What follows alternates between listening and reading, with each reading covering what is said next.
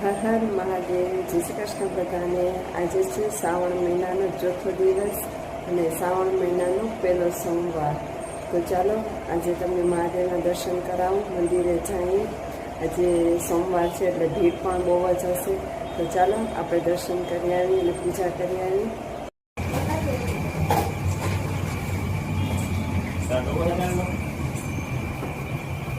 તો આજે બનાવ્યું છે ગોવાર બટેટાનું શાક,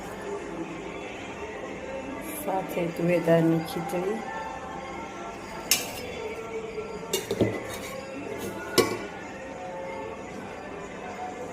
તુવેરદાળની તીખી ખીચડી, સાથે છાશ, રોટલી। મને માર્કેટે ગુંદા મળી ગયા હતા, ગુંદા કેરી, તો આજે ઈચ્છા થઈ ગઈ બનાવવાની। ચાલો બધા જમવા।